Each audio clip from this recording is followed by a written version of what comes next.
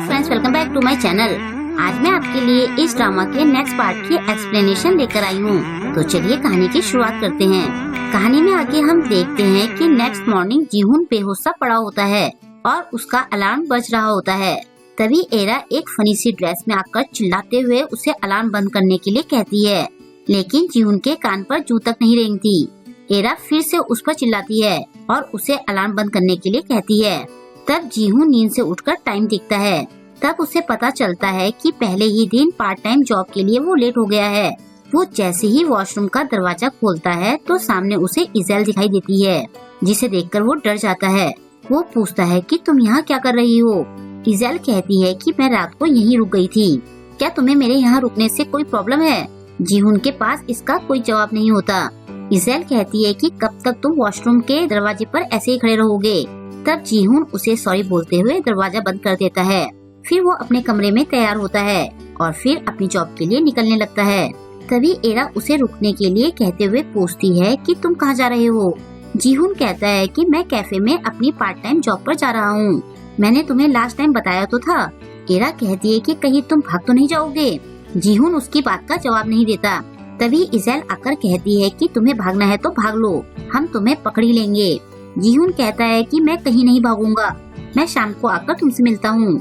ऐसा कहकर वो चला जाता है। दोनों बहनें बस उसे देखती रहती है। थोड़ी देर बाद जीहुन कैफे में पहुँचता है और बॉस से देरी के लिए माफी मांगता है। बॉस टाइम देखकर कहता है कि तुम बस 15 मिनट ही लेट हुए हो, आगे से ध्यान रखना। फिर बॉस उस पर एक परफ्यूम डालते हुए कहता है कि आगे से कैफे में आते ही तुम खुद पर ये परफ्यूम डाल लेना, ये हमारे कैफे की खास स्मेल है। फिर वो जीहुन को एक डायरी देकर कहता है कि इसमें लिखी रेसिपी के हिसाब से ही तुम्हें सारी ड्रिंक्स बनानी है। अगर तुम्हें इसमें कोई दिक्कत आए तो तुम मुझसे पूछ सकते हो। जीहुन उसे ओके कहता है। बॉस उससे पूछता है कि तुम्हारी गर्दन में क्या हुआ? जीहुन कहता है कि मैंने कुश्ती करते हुए खुद को चोट लगा दी थी। उसके जाने के बाद बॉस कुछ सोच में पड़ जाता है। थोड़ी देर बाद वहाँ फर्स्ट कस्टमर आकर ऑर्डर देती है। जीहुन ऑर्डर तैयार करने में लग जाता है, लेकिन उससे बार बार कोई न कोई गलती होती रहती है। ज्यादा लेट होने पर कस्टमर ऑर्डर कैंसिल करके रिफंड मांगती है। तभी बॉस वहाँ आता है। हॉट बॉस को देखकर वो लड़की खुश हो जाती है और बॉस के कहने पर वो थोड़ी देर और वेट करने के लिए मान जाती है। जीहुन बॉस को सॉरी बोलते हुए कहता है कि आज मैंने बहुत सारी गलतियाँ कर दी। बॉस कहता है कि आज तुम्हारा पहला दिन है, हड़बड़ाओ मत और आराम से काम करो। थोड़ी देर बाद वहाँ एक और कस्टमर आता है। वो फोन पर बात कर रहा होता है।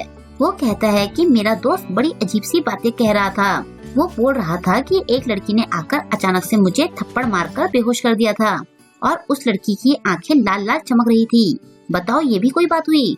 उस लड़के को देखकर जीहुन को याद आता है कि ये तो वही लड़का है जिसने अपने फ्रेंड के साथ मिलकर उससे पीटा था। जीहुन काउंटर के पीछे छुप जाता है। वो लड़का फोन पर कहता है कि मुझे तो लगता है कि मेरे दोस्त को डॉक्टर के पास ले जाना पड़ेगा। फिर वो काउंटर के पास आकर आवाज मारता है। तभी जीहुन मास्क पहनकर सामने आता है। वो लड़का आज कॉफी का ऑर्डर देता है। थोड़ी देर बाद जीहुन ऑर्डर सर्व करता है। वो लड़का कहता है कि इसका साइज तो बहुत छोटा है। जीहुन कहता है कि ये लार्ज साइज है। वो लड़का कहता है कि मेरे लिए कुछ और लाओ जो लार्ज साइज में हो। जीहुन कहता है कि हमारे यहाँ यही लार्ज साइज है। वो लड़का जीहुन को घूरता है और फिर वो उससे मास्क निकालने के लिए कहता है। जीहुन मना करता है। वो लड़का जबरदस्ती जीहुन का मास्क निकाल देता है और फिर वो जीहुन का मजाक बनाते हुए कहता है कि तुम यहाँ काम करते हो? मुझे उस दिन का ढंग से कुछ याद नहीं है, लेकिन मेरे दोस्त ने कहा कि उस दिन तुम अपनी गर्लफ्रेंड के साथ वहाँ से भाग गए थे। मैं वहाँ पूरी रात ठंड में पड़ा रहा और मेरे हॉस्पिटल का बिल भी बहुत ज्यादा आया और मेरे मेंटल लॉस का खर्चा भी अलग से है। ये लगभग 1.5 लाख वॉन हुआ था जो अब तुम मुझे दोगे। जीहुन साफ मना कर देता है और कहता है कि मैंने लड़ाई शुरू नहीं की थी और ना ही तुम्हें कोई चोट पहुंचाई थी और उस टाइम वैसे भी तुम मुझसे रुपए ऐंठने की कोशिश कर रहे थे। वो लड़का गुस्से में कहता है कि मुझे लग रहा है कि उस दिन की तरह मुझे फिर से तुम्हारी खातिरदारी करनी पड़ेगी। वो जीहुन को मारना चाहता है। तभी पीछे से कोई आकर उसका हाथ पकड़ लेता है। हम देखते हैं कि उस लड़के का हाथ बॉस ने पकड़ा होता है। वो कहता है कि कैफे के अंदर लड़ना मना है। वो लड़का कहता है कि तुम बीच में मत पड़ो और जाकर कॉफी बनाओ। बॉस कहता है कि मैनेजर होने के नाते मैं ये इग्नोर नहीं कर सकता। तुम मेरे एम्प्लॉय को मारना चाहते हो? वो लड़का कहता है कि क्या तुम मानोगे नहीं? बॉस उसे कैफे से जाने के लिए कहता है, वो लड़का कहता है कि लगता है मुझे तुम दोनों को साथ में सबक सिखाना पड़ेगा। वो बॉस को मारने की कोशिश करता है, लेकिन बॉस आराम से बच जाता है। बॉस भी कम स्टाइलिश नहीं होता। फिर जब वो लड़का बॉस को दोबारा से पंच मारना चाहता है तो बॉस बड़ी आसानी से उसका पंच एक हाथ से रोक देता है। यह देखकर वो लड़का डर जाता है। बॉस उसका हाथ मोड़ता है। उस लड़के के फेस पर दर्द साफ दिखने लगता है। बॉस सीरियस फेस के साथ उसे कैफे से बाहर जाने के लिए कहता है। जीहुन तो साइड से खड़ा ये सब देख रहा होता है। इसके बाद वो लड़का वहाँ से 9-11 हो जाता है। जीहुन बॉस से पूछता है कि क्या आपने मार्शल आर्ट सीखी है। बॉस कहता है कि मैंने थोड़ा बहुत सीखा था और अब वो लड़का कैफे के आसपास भी नहीं फटकेगा। जीहुन बॉस को थैंक्स कहता है। इसके बाद बॉस उसे घर जाने के लिए कहता है। वो कहता है कि आज मुझे कुछ काम है, इसलिए आज कैफे जल्दी बंद हो रहा है। तुम घर जाकर सारी रेसिपी याद कर लेना। जीहुन ओके कहता है। फिर जीहुन रेसिपी रटते हुए घर पहुंचता है। उसके वापस आते ही एरा उसे टिकटॉक बनाने के लिए कहती है। जीहुन कहता है कि आज मुझे बहुत काम है, मुझे ये सारी रेसिपी याद करनी है और कॉमिक्स भी बनानी है। तभी पीछे से इज़ेल आकर उससे डायरी छीनकर रेसिपी पढ़ने लगती है। जीहुन कहता है कि अब तो मुझे इसके ऐसे आने की आदत होने लगी है। इज़ेल उसे अपने लिए चॉकलेट लैटे बनाने के लिए कहती है। जीहुन पूछता है कि क्या मैं अभी तुम्हारे लिए बनाऊं? इज़ेल कहती है कि मेरा ये पीने का मन हो रहा है, तुम चाहो तो मुझे अपना ब्लड भी पीने के लिए दे सकते हो। जीहुन चॉकलेट लैटे बनाने के लिए मान जाता है। दोनों बहनें चॉकलेट लैटे के लिए बैठी होती हैं। एरा कहती है कि घर में कैफे होने के अपने ही मजे हैं। इज़ेल कहती है कि टेस्टी ड्रिंक बनाना। जीहुन ड्रिंक तैयार करने लग जाता है। इज़ेल को तो उसकी स्मेल अच्छी लगती है, लेकिन एरा को वो स्मेल बिल्कुल पसंद नहीं आती। ड्रिंक तैयार हो जाता है। इज़ेल कहती है कि तुमने ये चॉकलेट लैटे ग्रीन कैसे बनाई? जीहुन कहता है कि मैंने वो रेसिपी फॉलो की। इज़ेल एरा से ड्रिंक ट्राई करने के लिए कहती है। एरा कहती है कि तुम्हारा इसे पीने का मन था तो तुम पहले पियो। दोनों बहनें एक दूसरे से पहले ट्राई करने को कहती रहती है। एंड में इज़ेल जीहुन को ट्राई करने के लिए कहती है। जीहुन ड्रिंक ट्राई करता है। उसके एक्सप्रेशन को ठीक नहीं लगते।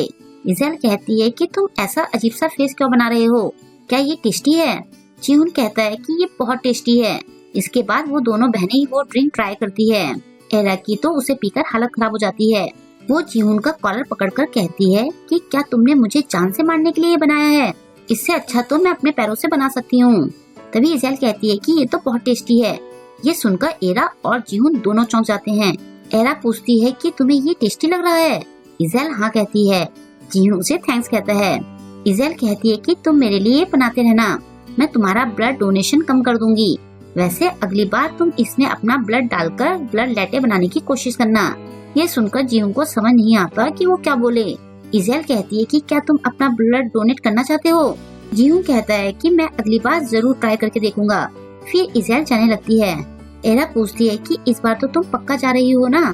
इज़ेल उसके गाल खींचते हुए कहती है कि क्या तुम्हें अपनी बहन को भगाने की जल्दी है? एरा उससे माफी मांगती है। इज़ेल जीहुन को ध्यान रखने के लिए कहती है।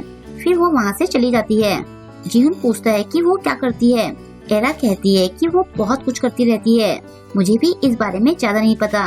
तभी उसे किसी का मैसेज आता है जिसमें कोई कंपनी उसे मिलने के लिए बुला रही होती है। कंपनी का नाम सुनकर जीहुन कहता है कि ये तो बहुत बड़ी कंपनी है। एरा कहती है कि ये लोग मुझे क्यों बुला रहे हैं, मेरे तो 1 लाख फॉलोअर्स भी नहीं है। जीहुन कहता है कि शायद तुम में उन्हें कुछ खास टैलेंट नजर आया होगा। तभी दूसरा मैसेज आता है जिसमें लिखा होता है कि तुम्हें हर महीने 10 लाख वॉन मिल सकते हैं। ये सुनकर एरा की आंखों में रुपयों की चमक देखने लायक होती है। और यहीं पर आज का वीडियो एंड हो जाता है। अब आगे इस कॉन्ट्रैक्ट का क्या होगा? क्या जीहुन दोनों बहनों के साथ चैन से रह पाएगा? और बॉस के पीछे क्या राज छुपा है? इन सारे सवालों के जवाब हमें आने वाले पार्ट में मिलेंगे। आई होप कि आपको आज का एपिसोड पसंद आया होगा। आपको आज का एपिसोड कैसा लगा मुझे कमेंट करके जरूर बताएं और वीडियो को लाइक और शेयर करना ना भूलें। अगर अभी तक आपने मेरे चैनल को सब्सक्राइब नहीं किया है तो प्लीज मेरे चैनल को सब्सक्राइब कर लें और लेटेस्ट वीडियोस की नोटिफिकेशन पाने के लिए बेल आइकन को प्रेस करना ना भूलें। मिलते हैं जल्द ही इसके नेक्स्ट पार्ट के साथ। Thank you.